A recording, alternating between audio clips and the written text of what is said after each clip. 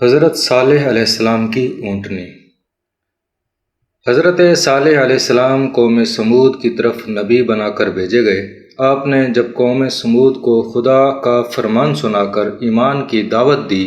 تو اس سرکش قوم نے آپ سے یہ معجزہ طلب کیا کہ آپ اس پہاڑ کی چٹان سے ایک گابن اونٹنی نکالیے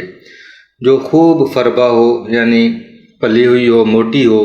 اور ہر قسم کے عیوب و نقائص سے پاک ہو۔ چنانچہ آپ نے چٹان کی طرف اشارہ فرمایا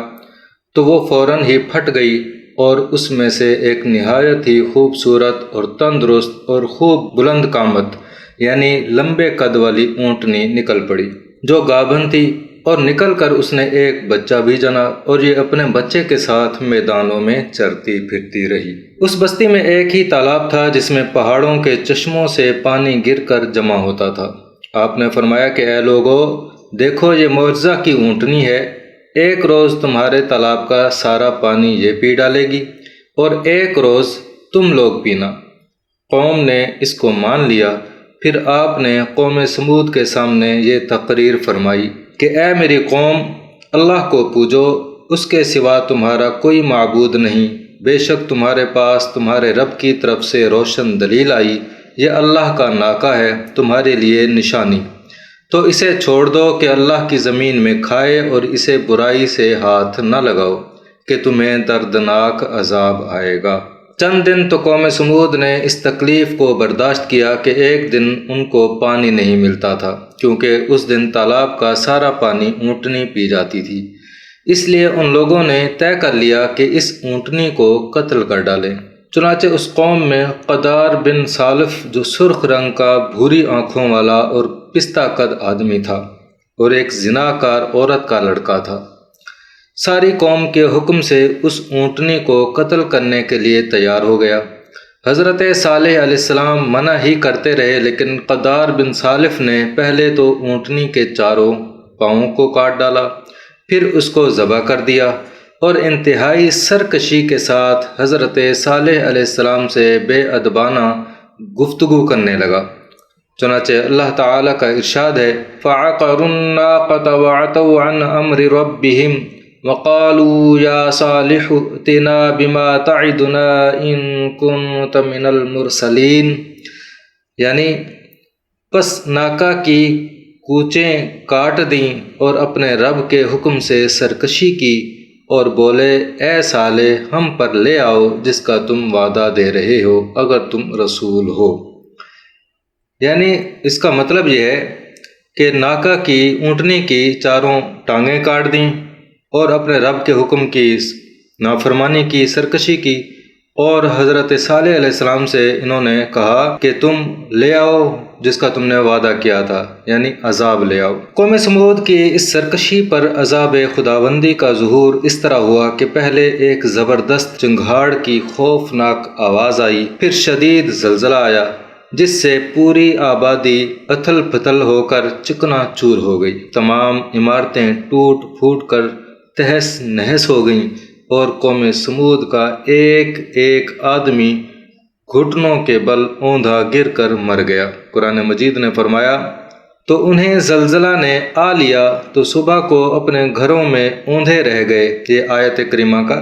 ترجمہ ہے۔ حضرت صالح علیہ السلام نے جب دیکھا کہ پوری بستی زلزلوں کے جھٹکوں سے تباہ و برباد ہو کر اینٹ پتھروں کا ڈھیر بن گئی اور پوری قوم ہلاک ہو گئی تو آپ کو بڑا صدمہ اور قلق ہوا، اور آپ کو قوم سمود اور ان کی بستی کے ویرانوں سے اس قدر نفرت ہو گئی کہ آپ نے ان لوگوں کی طرف سے منہ پھیر لیا اور اس بستی کو چھوڑ کر دوسری جگہ تشریف لے گئے، اور چلتے وقت مردہ لاشوں سے یہ فرما کر روانہ ہو گئے، جس کا ترجمہ ہے، اے میری قوم، بے شک میں نے تمہیں اپنے رب کی رسالت پہنچا دی اور تمہارا بھلا چاہا، مگر تم خیر خواہوں کے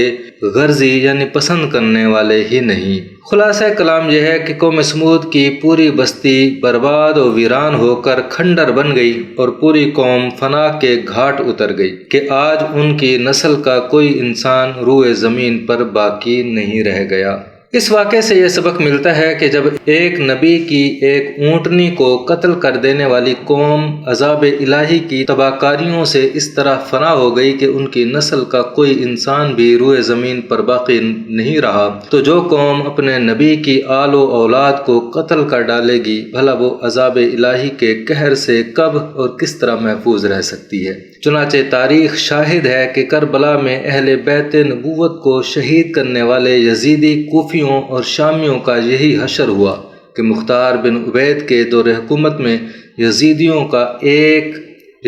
کا بچہ قتل کر دیا گیا اور ان کے گھروں کو تاخت و تاراج کر کے ان پر گدھوں کے ہل چلائے گئے، اور آج روئے زمین پر ان یزیدیوں کی نسل کا کوئی ایک بچہ بھی باقی نہیں رہا۔ حاکم محدث نے ایک حدیث روایت کی ہے کہ اللہ تعالیٰ نے اپنے حبیب صلی اللہ تعالیٰ علیہ وآلہ وسلم پر وحی بھیجی تھی کہ قوم یہود نے حضرت زکریا علیہ السلام کو قتل کر دیا تو ان کے خون کے بدلے 70,000 یہودی قتل ہوئے،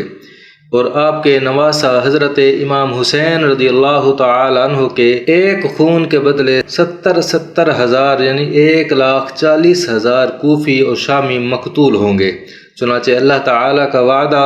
اس طرح پورا ہوا کہ مختار بن عبید کی لڑائی میں 70,000 کوفی اور شامی قتل ہوئے، اور پھر عباسی سلطنت کے بانی عبداللہ صفاح کے حکم سے 70,000 کوفی اور شامی مارے گئے، کل ملا کر 1,40,000 مقتول ہو گئے۔ بہرحال یہ یاد رکھیے کہ اللہ تعالیٰ اپنے محبوبوں کی ہر چیز کو اپنا محبوب بنا لیتا ہے، لہٰذا اللہ عز و جل کے محبوبوں کی آل و ازواج ہوں یا اصحاب و احباب یا ان سے نسبت اور تعلق رکھنے والی کوئی بھی چیز ہو، ان میں سے کسی کی بھی توہین اور بے ادبی سے اللہ عز و جل کا قہر و غضب ضرور کسی نہ کسی عذاب کی صورت میں ظاہر ہوتا ہے۔ لہٰذا ہر وہ چیز جس کو اللہ عز و جل کے محبوبوں سے نسبت حاصل ہو جائے، اس کی تعظیم و تکریم لازم اور ضروری ہے، اور اس کی توہین اور بے ادبی عذاب الہی کی ہری جھنڈی اور تباہی و بربادی کا سگنل ہے۔ روایت ہے کہ جب جنگ تبوک کے موقع پر سفر میں حضور علیہ الصلوۃ والسلام قوم سمود کی بستیوں کے کھنڈرات کے پاس سے گزرے تو آپ نے فرمایا کہ خبردار، کوئی شخص اس گاؤں میں داخل نہ ہو، اور نہ اس گاؤں کے کنویں کا کوئی شخص پانی پیے، اور تم لوگ اس عذاب کی جگہ سے خوف الہی عز و جل میں ڈوب کر روتے ہوئے اور منہ ڈھانپے ہوئے جلد سے جلد گزر جاؤ، کہیں ایسا نہ ہو کہ تم پر بھی عذاب اتر پڑے۔